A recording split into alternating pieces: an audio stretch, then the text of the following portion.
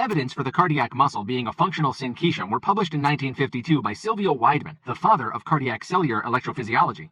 In the same year, Hodgkin and Andrew Huxley demonstrated in a squid axon how channels open and close, and how ions travel through these channels. This work was rewarded with the Nobel Prize in 1963.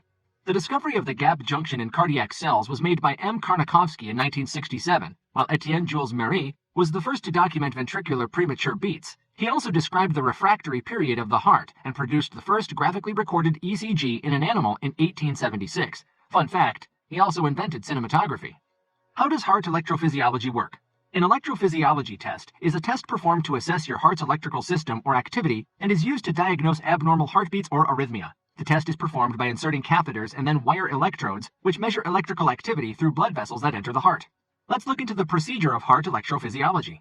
The EP study is performed in the electrophysiology laboratory of the hospital, where you'll be placed on an X-ray table. A camera and television screens, heart monitors, and various instruments will be close by. Electrodes will be placed on your chest and back to connect you to monitoring equipment. A blood pressure cuff will be placed on your upper arm to monitor your blood pressure. To prevent infection, a nurse will shave and cleanse the groin and possibly neck area where the catheters will be inserted. The area will be cleansed with an antiseptic.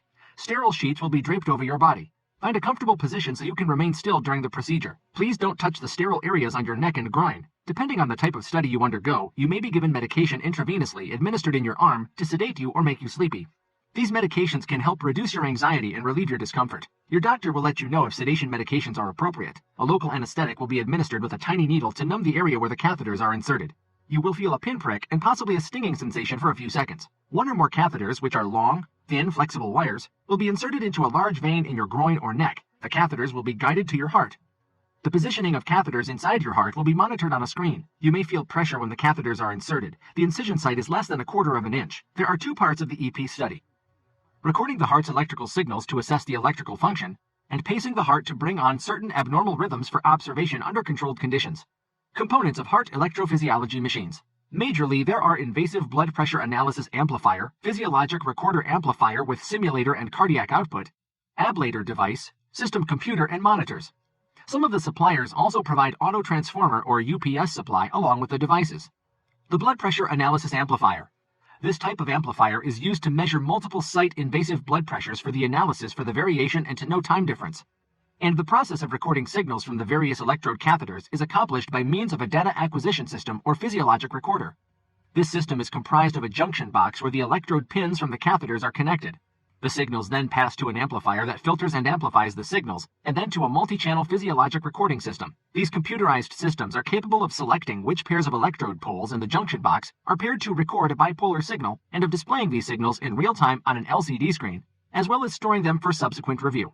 Most systems will have a real-time and a review screen that allows for the physician conducting the study to analyze the information as it is being obtained. Stimulators in electrophysiology systems. The stimulator delivers a constant current output through 1 or more output channels in order to pace the heart and deliver at least 4 coupled extra stimuli.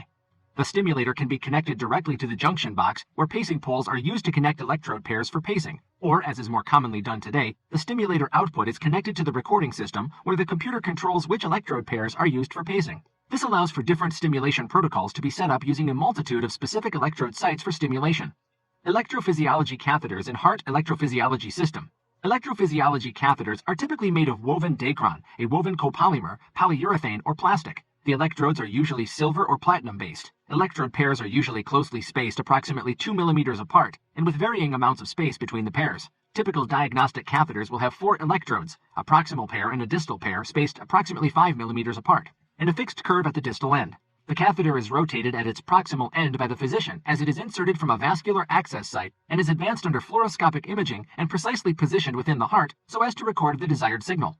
Quadrupolar fixed curve diagnostic catheters are usually positioned at the high right atrium, just across the tricuspid valve, in order to record a His bundle potential and at either the right ventricle apex or RV outflow tract.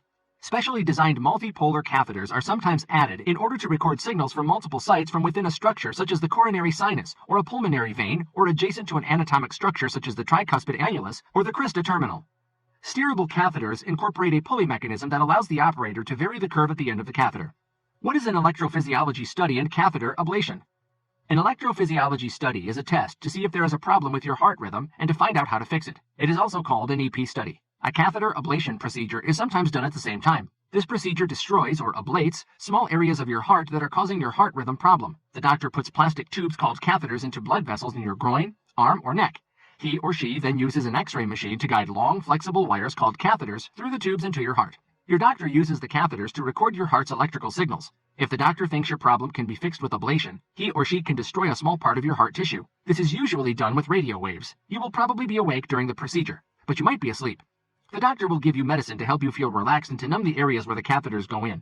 An EP study and ablation can take 2 to 6 hours. In rare cases, it can take longer. If you have an EP study only and you don't need more treatment, you may go home the same day. But if you have ablation, you may stay overnight in the hospital. How long you stay in the hospital depends on the type of ablation you have.